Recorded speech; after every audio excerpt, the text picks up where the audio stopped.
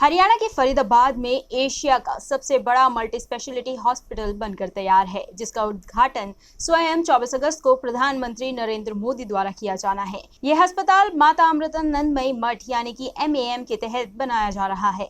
तो चलिए आज हम आपको बताएंगे कि आखिरकार कौन है माता अमृतानंदमयी, जो देश विदेश में हगिंग संत के नाम से भी जानी जाती हैं। इस दुनिया में प्रत्येक व्यक्ति कम से कम एक रात निर्भय होकर सो सके। प्रत्येक व्यक्ति को कम से कम एक दिन भरपेट भोजन मिल सके। कम से कम एक दिन ऐसा हो जब हिंसा का शिकार होकर कोई भी अस्पताल में भर्ती ना हो। कम से कम एक दिन सब लोग निष्काम सेवा करके गरीबों और जरूरतमंदों की सहायता करें। ये प्रार्थना है अम्मा की, उनका कम से कम ये छोटा सा स्वप्न साकार हो।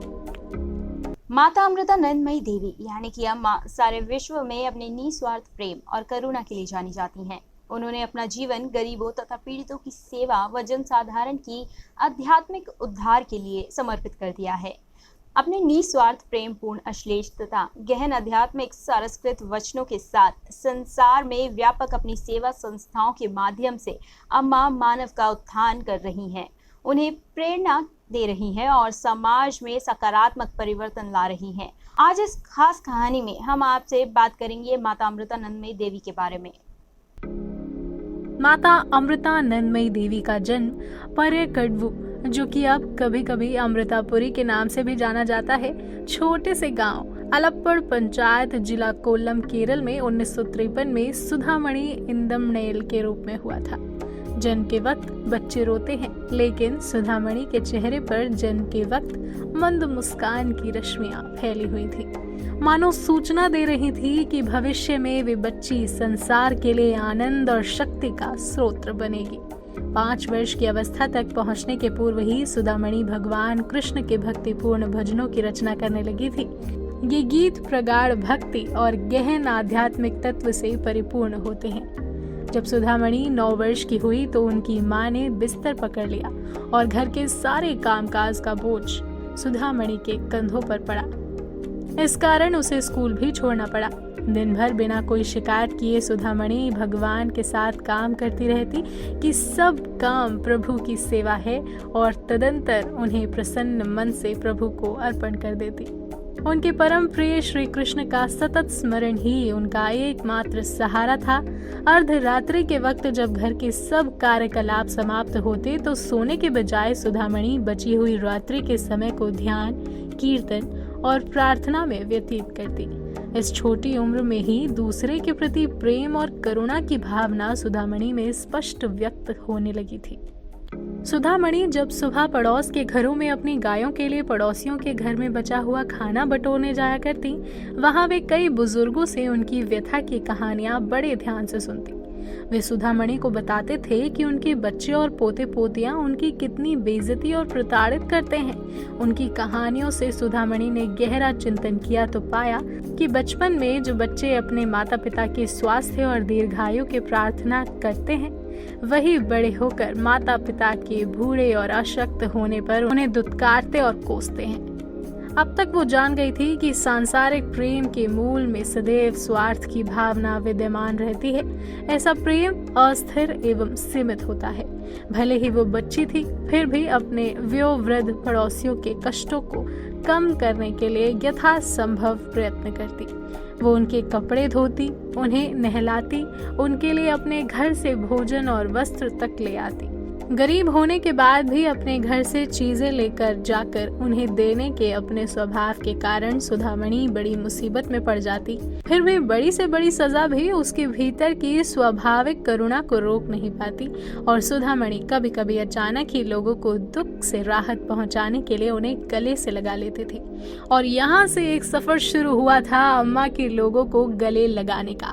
हालांकि एक 14 वर्ष की कन्या को किसी को स्पर्श करने की आज्ञा नहीं दी जाती थी, खास तौर पर पुरुषों को स्पर्श करने की तो बिल्कुल भी नहीं।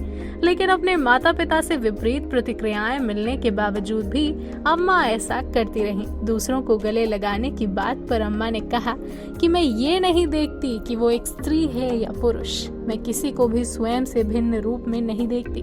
मुझसे संसार की सभी रचनाओं की ओर एक निरंतर प्रेम धारा बहती है। ये मेरा जन्मजात स्वभाव है। एक चिकित्सक का कर्तव्य रोगियों का उपचार करना होता है और इसी प्रकार मेरा कर्तव्य उन लोगों को सांत्वना देना है जो कष्ट में हैं। जीवन यूं ही चलता रहा। जब सुधामणि बड़ी हुई तो उनके माता पिता द्वारा उन्हें विवाह के लिए कहा गया। इन सब के बावजूद अम्मा ने सभी निवेदकों को अस्वीकार कर दिया, क्योंकि इस वक्त तक वो अपने आप को प्रभु की माया को समझ चुकी थी और बस प्रभु प्रेम उनका जीवन बन चुका था। सुधामणि की दृष्टि में संपूर्ण विश्व में केवल श्री कृष्ण ही व्याप्त थे। अपने में और श्री कृष्ण में भेद करना उनके लिए संभव न रहा। अब आनंद मग्न होकर सुधामणि नृत्य और गायन करती, लेकिन समाज और परिवार उनकी ये मनोदशा को समझ नहीं पाया। इसके बाद काफी लंबे वक्त तक उन्होंने लोगों से बातें की, उन्हें गले लगाना शुरू किया, उनकी समस्याओं का समाधान किया। वहीं लोगों ने उनके पास आकर ज्ञान की प्राप्ति करना शुरू किया। सुधामणि ने अपने बचपन और किशोर अवस्था के वर्षों को गहन तप में लगाया ताकि वो संसार के लिए एक जीवंत दृष्टांत उपस्थित कर सके।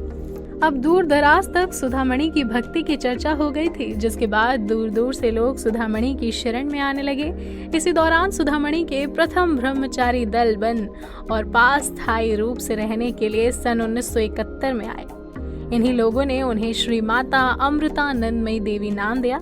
जैसे जैसे अधिकाधिक लोग अम्मा के निस्वार्थ करुणा भाव से प्रभावित होकर अम्मा के पास आध्यात्मिक मार्गदर्शन प्राप्ति के लिए आने लगे, वैसे ही इस स्थान ने एक आश्रम का आकार ले लिया। इस प्रकार अम्मा के घर के पास कुछ घास फूस की कुटियों के निर्माण हुए। माता अमृतानंदमयी मठ की आधारशिला रख दी गई। 1987 में अपनी विश्व भर की बच्चों की पुकार के प्रत्युत्तर में अम्मा अपने प्रथम विश्व भ्रमण पर निकल पड़ी। आज अम्मा भारत तथा विदेश में भी विश्व की सर्वश्रेष्ठ आध्यात्मिक विभूति मानी जाती हैं। वर्ष का अधिकतर समय वो अपनी जन्मभूमि Bharat, Europe, America, Canada, Japan, Malaysia और ऑस्ट्रेलिया आदि की यात्रा में व्यतीत करती हैं। अम्मा की करुणा राष्ट्रीय समुदाय, जाति, वर्ग, सामाजिक, आर्थिक स्थिति अथवा धर्म के बंधनों को चीरती हुई आगे निकल गई। अम्मा ने अब तक लगभग 3.5 करोड़ से अधिक लोगों को गले लगाकर आशीर्वाद दिया है। अम्मा जरूरतमंद लोगों को आवासीय तथा चिकित्सा राहत सहायता के साथ ही शैक्षिक सहायता, व्यवस्था, प्रशिक्षण तथा आर्थिक सहायता पहुंचा रहे हैं, उन्हें ऊंचा उठाने का प्रयास कर रहे हैं। वहीं अब माता अमृतानंदमयी हरियाणा के फरीदाबाद आ गई हैं। यहाँ पर अमृता हॉस्पिटल की स्थापना की जा रही है। ग्रेटर फरीदाबाद के सेक्टर 88 में स्थित यह अस्पताल कुल 1 करोड़ वर्ग फीट यानी कि लगभग 133 एकड़ में बना है और ये 2600 बिस्तरों का होगा। जैसे कि हमने आपको बताया, माता अमृतानंदमयी यानी कि अम्मा सारे विश्व में अपनी निस्वार्थ प्रेम और करुणा के लिए जानी जाती हैं। अब उनकी ये करुणा और प्रेम फरीदाबाद हरियाणा के वासियों पर भी बरसने वाला है। ऐसे में अब स्वास्थ्य के क्षेत्र के अलावा अम्मा के अन्य कई जनहित कार्य देखने को मिलेंगे। पायनियर हरियाणा माता अमृतानंदमयी देवी का फरीदाबाद में स्वागत करता है और साथ ही हेल्थ सेक्टर का सबसे बड़ा अस्पताल ग्रेटर फरीदाबाद में बनाने के लिए जनता की तरफ से उनका धन्यवाद करता है। राष्ट्रीय समाचार पत्र पायनियर हरियाणा पढ़ने के लिए डाउनलोड करें हमारी वेबसाइट पर प्रकाशित ई-पेपर। दिन भर की तमाम छोटी बड़ी खबरें देखने के लिए सब्सक्राइब करें हमारे YouTube चैनल को। वीडियो को लाइक, शेयर और कमेंट करना ना भूलें।